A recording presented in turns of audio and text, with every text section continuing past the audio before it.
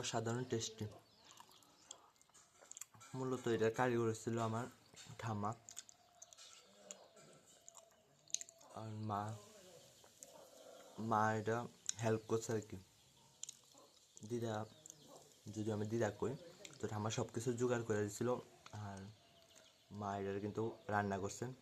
আর বাবা কিন্তু কইছে মানে এটা ফেভারিট আর কি, তো বানানোর লেখা, তো বাবার লেখেও কিছুটা খাওয়ানো হইতেছে এখন।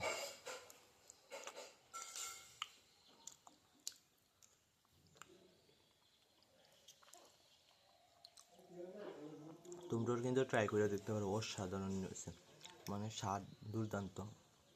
মা অনেক দিনে দুধ জমায় কিন্তু ওইটা বানাইছে।